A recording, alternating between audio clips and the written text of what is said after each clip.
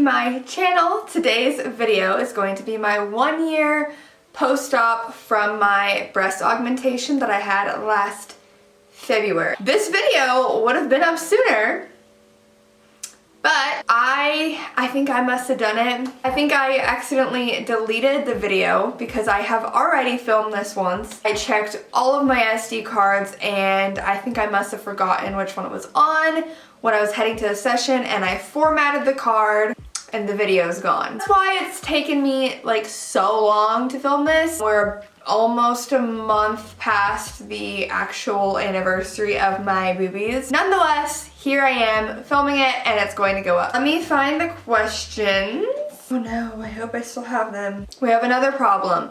I deleted the questions, a screenshot of the answers to my ask me a question. I deleted the questions because I had already filmed the video, so I just deleted it off my phone, and it's not in my recently deleted.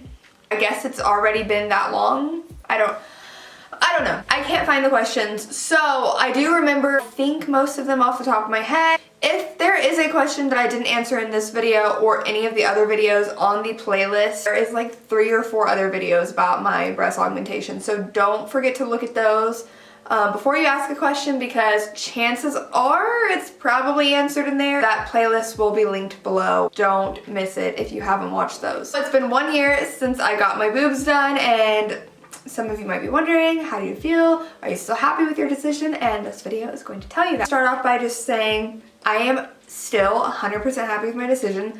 Still some of, if not the best money I have ever spent. I wouldn't change the fact that I got them done. And I honestly don't think I'll ever feel that way. I know there was a comment, I don't know if it was on TikTok or YouTube, but it was like, oh, a year from now, she's gonna be crying about how she got them taken out or whatever. Because that is a trend here on YouTube and TikTok. It's a trend right now to get your breast implants removed. Of course, there are some people who are it's for health reasons, but it's trendy to do that right now. Oh, that is probably why they assume that. But no, I didn't do it to be cool. I didn't get my boobs done because it was a trend. I got them done because I could not stand not having boobs. Never liked not having boobs. I go over in my I'm getting a boob job or something video, which I really go over it there. I wanted them done since 2005 when I was a little girl, before social media even existed, you guys. I'm super happy with my decision. They don't bother me or anything. So let's just get into the questions that I do remember. One of the questions somebody asked me was, how was the pain and recovery? Which I do really go over in my surgery video, because I have a full week of the first week of recovery filmed. It wasn't bad at all, and I would 100% do it again. By the 3rd day, I was doing normal things to an extent, of course, not lifting anything heavy, or I wasn't driving. By the 3rd day, I could do basic things, and I took care of myself the entire time. My husband only had 2 days off because I got my breast augmentation on a Friday, and then he had Saturday and Sunday off, and then he went back to work. Because I was we're not about to waste leave on me recovering. Absolutely not. Everybody has different pain tolerances and how they handle things. I think I have a high pain tolerance. My mom has a high pain tolerance, and to be honest, nothing phases me that much. I also do think some girls on here on YouTube are a little bit dramatic, but I don't know. Another question was, are you still happy with the size you chose? So my answer is a little weird. It's yes and no. I was originally going to get a C size cup, when you talk about bra cup size. And then my husband was like, well, why don't you just why not D? And I was like, I don't know, I don't know, I just have always thought C was a good size. Well, then I started looking at boob job videos and the girls who got C cups, and I thought their boobs looked small, which I've never thought that was a small size until now. I was looking at them and I was like, that doesn't really, that's still kind of small. And it's kind of when you're spending almost $4,000, it's you don't want to leave there being I wish I would have gone bigger, especially if it was a whole cup size difference. I was you know what? I think I'm gonna get a D. That's what I did. That's kind of what I told my doctor. when we had our consultation that I wanted to go big. That's basically what I was like. I want to go big, but I don't want it to be so big that it like doesn't look good on me. Like, super crazy, you know, because I mean we've all seen those like botched videos where they like huge boobs. The thing is, when you get a boob job, you get boob greed. Boob greed. Yeah, it's a thing. Some days I'm like, oh, they look great, you know, like this is perfect. I would not want them any bigger. And then some days, usually like certain shirts, I'll look at them like, I could have gone a little bit bigger. I think no matter what size you get, you're gonna get boob greed, because doctors even talk about it, like how that's a thing. I am overall, at the end of the day, happy with it. Like I don't think I would really want to go bigger. There are certain shirts that make me feel like, dang, I could have gotten just a smidge. But I am happy with the size. So my biggest piece of advice going into your breast augmentation would be, go just a smidge bigger than you think you want. It doesn't have to be a full cup size or anything, but like 25 cc bigger. It's gonna make a small difference, and it might make it where you're more happy with the end and have less greed. 25 cc I believe is around a tablespoon of like gel kind of stuff. So it's not that much if you're thinking about how much a tablespoon is. It's gonna make like a huge difference, but it might make that just a little bit of difference so that you don't come out and be like, oh, I should have done a bigger size. Somebody asked how many cc I got. I have 475 cc gummy bear implant. I don't know if somebody asked, but people always ask this question. Just answer it. Did I go over or under the muscle? I went under the muscle, and I would not change that either. So one thing about under the muscle, I don't know about, I can't really speak about over the muscle because I don't have that. Say what it looks like, and it doesn't look very good.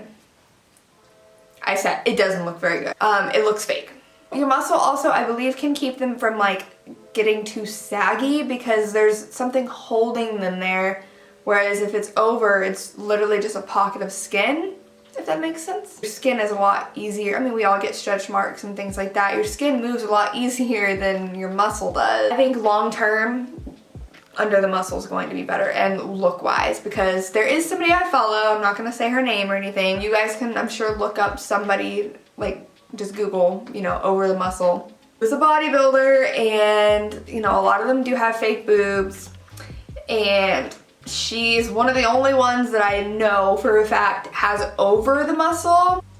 When you look at her on stage and in her bikini compared to everybody else, it just, they look like two circles on her chest. I'm sorry, they do. The one downside to under the muscle is that it is a little bit uncomfortable working out. Just a little bit, especially at first. Like now, not so much, but I definitely don't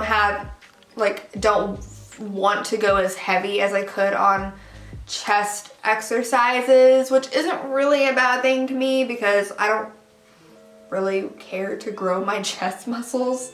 Obviously, you do still have to do those exercises for other things to be stronger in other places, and I still do them, but it's like I'm not gonna lift like 200 pounds. I mean, I don't think I could, but like, you know what I mean? Be bench pressing like a shit ton of weight. I'm just not. That's just something to think about if you are somebody who really likes training chest muscles.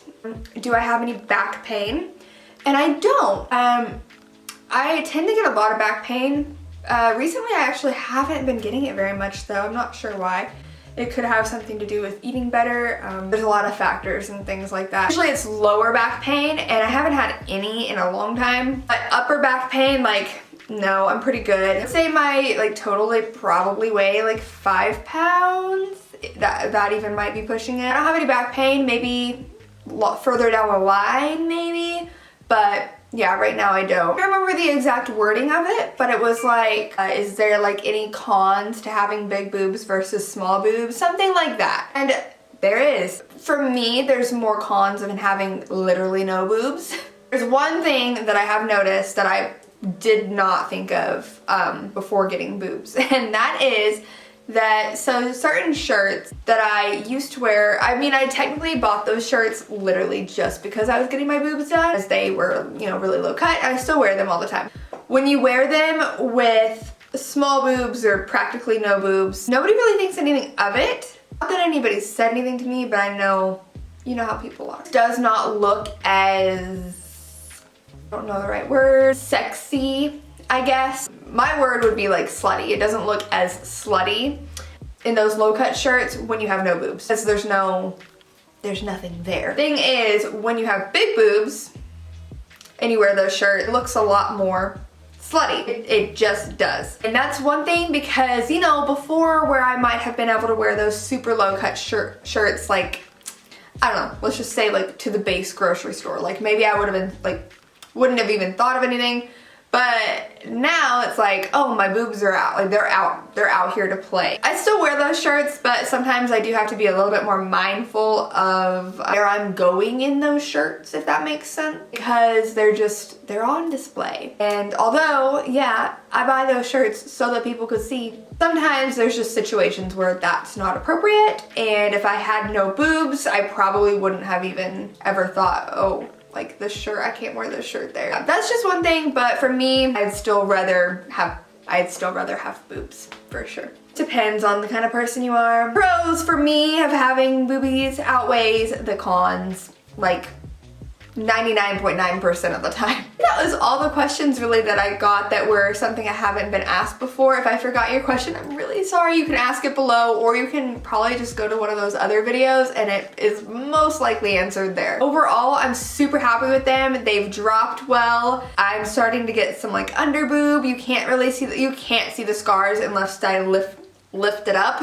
I will insert some pictures from like my before, my like immediately after post-op, some progress pictures, and then the final result, which is because 1 year is your final result. I don't regret it one bit. One question that I forgot, I just remembered it. If you weren't living in Germany, would you have gotten them done? I didn't get them in Germany, actually. I went to Belgium. I went to the wellness clinic in Belgium.